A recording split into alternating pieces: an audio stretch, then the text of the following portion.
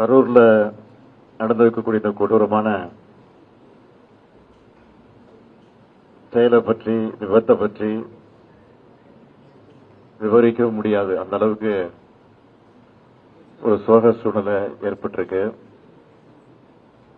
அதை பத்தி விவரமா சொல்லக்கூடிய மனசு கூட என்னுடைய மனசுல இடம் கொடுக்கல. அந்த அளவுக்கு நானும் வேதனையில் இருக்கிறேன். நேற்று இரவு ஒரு 7:45 மணி அளவுக்கு சென்னையில அதிகாரிகளோடு கலந்து பேசிக் கொண்டிருந்த போது கரூர்ல இப்படி ஒரு சம்பவம் ஏற்பட்டிருக்கு. கூட்ட நெரிசல்ல மூச்சுத்திணறல் ஏற்பட்டு பல பேர் மூச்சுத்திணறலுக்கு ஆளாகி மருத்துவமனைக்கு அழைச்சிட்டு போறாங்க அப்படின்னு ஒரு செய்தி எனக்கு கிடைச்சது. செய்தி கிடைச்ச உடனே இந்த கரூர் தொகுதியினுடைய சட்டமன்ற உறுப்பினர் முன்னாள் அமைச்சர் செந்தில் பாலாஜியோடு நான் தொடர்பு கொண்டு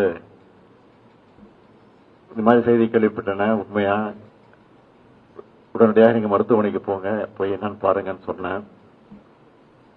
அதுக்கப்புறம் கலெக்டர் இடத்துலையும் தொடர்பு கொண்டு நான் கேட்டபோது அவரும் சில விஷயங்கள் எல்லாம் சொன்னாரு. அடுத்த 5 நிமிடங்கள்ல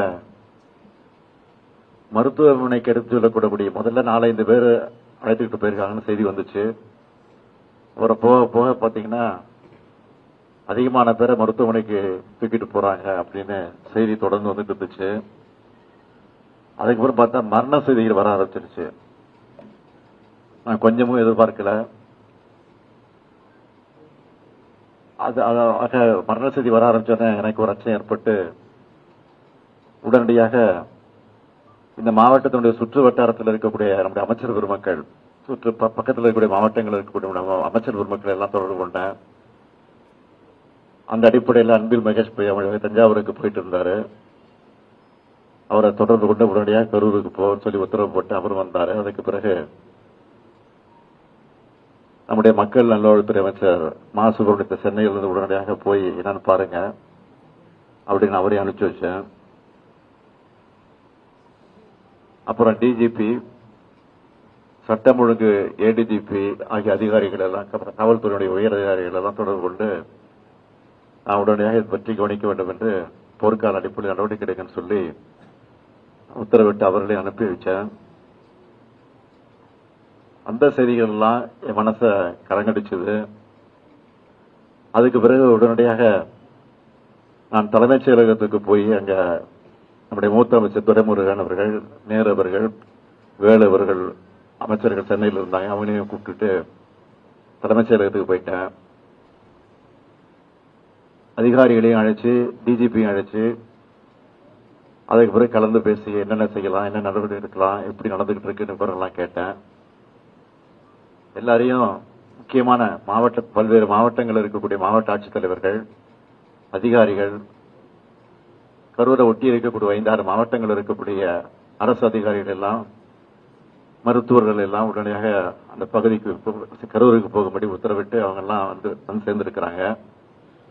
அதெல்லாம் விசாரிச்சேன். ஆக இப்படிப்பட்ட நேரத்தில் பொதுமக்களும் ஒத்துழைப்பு தர வேண்டும் என்று நான் கேட்டுக்கொண்டிருக்கிறேன். அது சம்பந்தமாக அறிக்கையும் வெளியிட்டிருக்கிறேன். பெரும் துயரத்துக்கு இந்த சம்பவத்தில் மொத்தம் 39 உயிர்கள் இதுவரைக்கும் நம்ம இழந்திருக்கிறோம். இதுல ஆண்கள் 13 பேர், பெண்கள் 17 பேர், ஆண் குழந்தைகள் 4 பேர், பெண் குழந்தைகள் 5 பேர். ஒரு அரசியல் கட்சி நடத்தின கூட்டத்தில் இத்தனை பேரை இழந்த துயரமான சம்பவம் என்பது இதுவரை நடக்காதது, இனிமேல் நடக்கக்கூடாதது. மேலும் 51 பேர் தீவிர சிகிச்சை பிரிவில் அனுமதிக்கப்பட்டு சிகிச்சை பெற்றுக் கொண்டிருக்கிறாங்க. அதுல 26 பேர் ஆண்கள், 25 பேர் பெண்கள். இவங்க எல்லாரும் விரைவில் குணமடைந்து நலமடைந்து விரைவில் வர வேண்டும் என்று நான் நம்புகிறேன். வருவார்கள் நிச்சயமாக நான் நம்புகிறேன். இறந்து போன அந்த உயிர்களுக்கெல்லாம் கனத்த இதயத்தோடு நான் அஞ்சலி செலுத்துகிறேன். அவங்க குடும்பத்துக்கு என்ன ஆறுதல் சொல்லி தேற்றுவது என்று தெரியாமல் திக்கு முக்காடி கொண்டிருக்கிறேன். இந்த துயரமான சம்பவத்தில் மரணமடைந்திருக்கக்கூடிய அந்த குடும்பத்திற்கு ஒவ்வொருவருக்கும் தலா 10 லட்சம் ரூபாய் வழங்கப்படும். அது முதலமைச்சர் பொது நிவாரணத்திலிருந்து வழங்கப்படும் என்று ஏற்கனவே அறிவித்திருக்கிறேன். காயமடைந்து மருத்துவமனை சிகிச்சைக்கு அனுமதிக்கப்பட்டிருக்கக்கூடிய அவர்களுக்கு தலா 1 லட்சம் ரூபாய் வழங்கப்படும் என்று அறிவிக்கப்பட்டிருக்கிறது. அது மட்டுமல்ல, ஓய்வு பெற்ற உயர்நீதிமன்றத்தினுடைய நீதியரசர் திருமதி அருணா ஜெகதீசன் அவர்கள் தலைமையில் ஒரு நபர் விசாரணை கமிஷன் ஆணையத்தை உடனடியாக அமைக்க நான் உத்தரவிட்டிருக்கிறேன். அதற்கு பிறகு இன்று காலையில் 9:30 மணிக்கு தான் வரலாம் என்று முடிவு செய்து விமானத்தில் டிக்கெட்டு பதிவு செஞ்சிருந்தேன். ஆனால் இந்த கொடூரமான காட்சிகள் எல்லாம் தொலைக்காட்சியில பார்த்தபோது எனக்கு மனசு கேட்கல, வீட்டில் இருக்கவே என்னால் முடியல.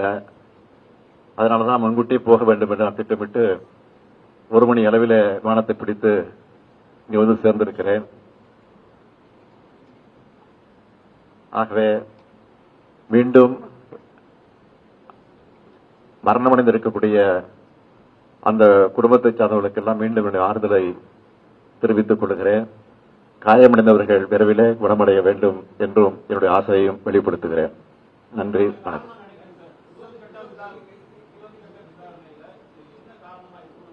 அதுக்குதான் உயர்நீதிமன்றத்தினுடைய ஓய்வு பெற்ற நீதிபதி தலைமையில் ஆணையம் அமைக்கப்பட்டிருக்கு.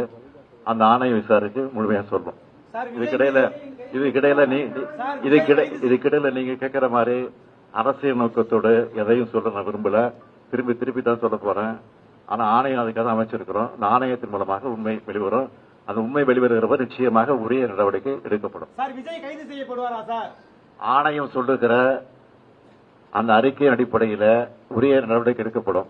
யாரு கைது செய்யப்படுவார், யாரு கைது செய்ய மாட்டார், நீங்கள் கேட்கிற எந்த இடத்தோடு கேட்கிறீங்களோ அதுக்கெல்லாம் நான் உட்படுவதற்கு தயாராக இல்லை. விரைவில் தருவதற்கான முயற்சி நிச்சயமாக ஈடுபடும்.